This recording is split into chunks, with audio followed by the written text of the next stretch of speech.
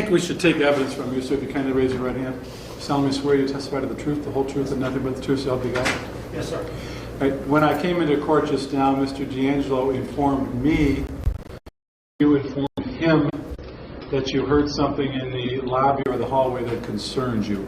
First of all, is it more or less accurate? Absolutely, yes. What did you hear and from whom? There was a threat being made that if Officer Brelo was not convicted, that he would kill him. This person said he would kill Officer Brelo, or Mr. Brelo? He said the officer, yes. And you heard this person say this to who? He was talking to a female that was with him. Okay, and how close were you? I was right behind him, right at by the chairs there. On the desk. Based on where you were and where these two people were, do you know whether they knew you were right there? Yes, absolutely. Because he came and he was being irate towards me while I was sitting at a desk there. Okay, is the Because I person lived in the courtroom. is the person in the courtroom now? Do you know? Yes, right there with the braids and beard. Wait, a white T-shirt. Yes, sir. All right. Does somebody with the affiliated with the prosecution know this person's name, this gentleman's name? I don't know his name. All right. All right. Do you have any? I would call it examination. It's not cross or direct, Mr. D'Angelo. No, Your Honor. Any Mr. McGinty or one of your colleagues? If he could just, if the security officer just clarify just a little bit, because I was a little bit confused. What did the gentleman with the braids and the beard say to whom? We have that lady here. We have a court order that as soon as everybody goes in, as most of you know, Sure. we don't let anybody in. So he got irate and he's saying that he wanted to make a complaint to my supervisor. So I told him he could go downstairs and make a complaint at the desk, where the deputy desk is downstairs. So on his way out, going to the elevator, he made a comment saying that if the officer was not convicted, then he would kill himself. To the female, officer, not towards me. Not about you, but No. the officer at trial The here? threat was not direct towards me. What officer did you take him to meet? He just said the officer. Could he meant you, or could he meant Officer Brelo, or which officer? I took it as the officer being on trial. Okay, were you following him down just to make sure he went to the elevator? Yes, because he said he was going to make a complaint and he was very irate.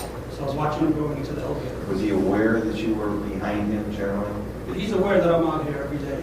But was he aware you were following him down as he was walking with the lady? I wouldn't know 100%, but yes, I was right behind him. So you don't know if he was aware, but who is the lady? Is she here also? I am not sure. What did she look like generally, or what you recall? I didn't take a good look. I just remember him because I see him every day, Had you seen her every day, the lady? to be honest. Had she been here before, if you know?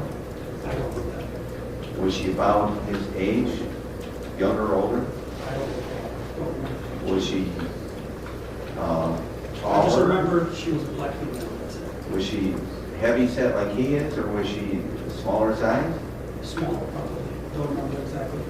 Was she engaged in any conversation? Did she No, react to she that? did Did not she say say, anything. don't do that, or whatever somebody might say hearing something like that? No, I didn't hear her say anything. Did he say anything else besides that? No, just that he wanted to complain, about. I mean, not to you, though, as he walked to the elevator. We know what he told you. You couldn't let him into the regulation. Right. He was unhappy, irate. He He's didn't walking. say it direct to me, no. Did he say anything else to her, or she to him, between there and the elevator? I don't recall. Did you see him get on the elevator, go down there? Yes, While he was waiting for the elevator, then he would have been in a position to see you, I think? most likely. Did he report that that's the guy I'm talking about, in other words, being you, the officer? Okay, so you're convinced, your feeling is it was Officer Brelo he's referring to? Yes.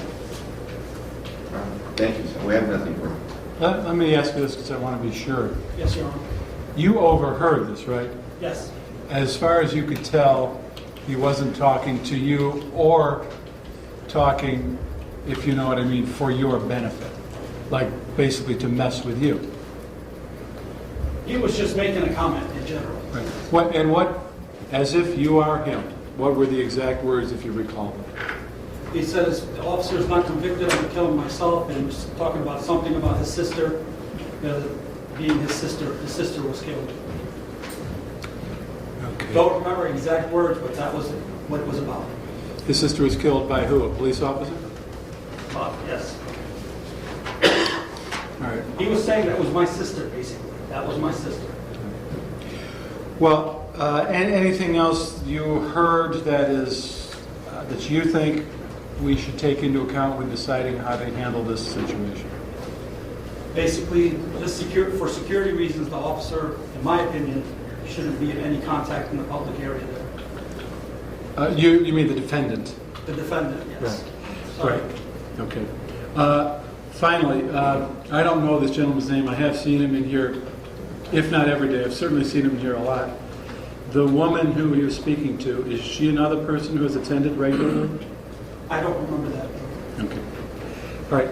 Thank you. Appreciate it. So, first of all, sir, you are going to be barred from the courtroom. I would be lying to you if I didn't tell you this is the kind of thing that's been a concern of mine from the start. So you have confirmed some of my worst fears.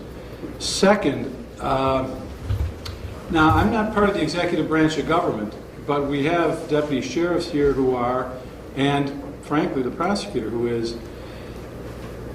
If you have an opinion on whether there's probable cause to believe that a crime of some sort has been committed, then all I could say is you should act accordingly. I'm not sure I'm empowered to Judge, I'm gonna ask ask this the- man who he is and advise him of his fifth, all that. I'm going to ask, My name is Alfredo Williams. I did not threaten Well, nobody.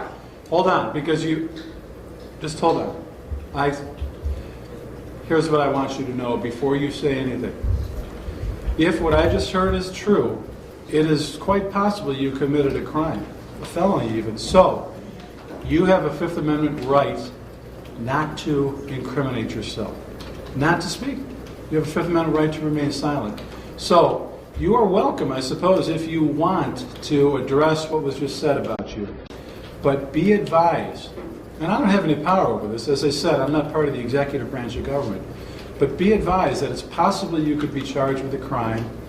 And if so, it's possible that what you say here today can be used against you in that prosecution. So before you say anything else, I'm sorry, Mr. McGinty, either I interrupted you or Mr. Williams, that you wanted to mention what on this subject?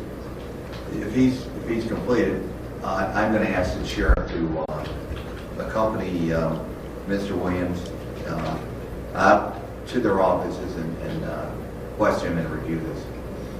All right. So we will break for a minute or two while the executive, while law enforcement does what it thinks it needs to do under the circumstances.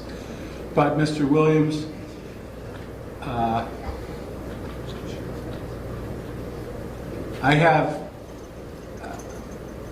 trust my security guard. There may be something he didn't hear that you added. There may be some other part of your conversation that attenuates what it is he heard, but I have to take this seriously, and so until further notice, you are excused from the courtroom. So we can go off the record for, let's go off the record until 3:15, and we'll resume in 5 minutes.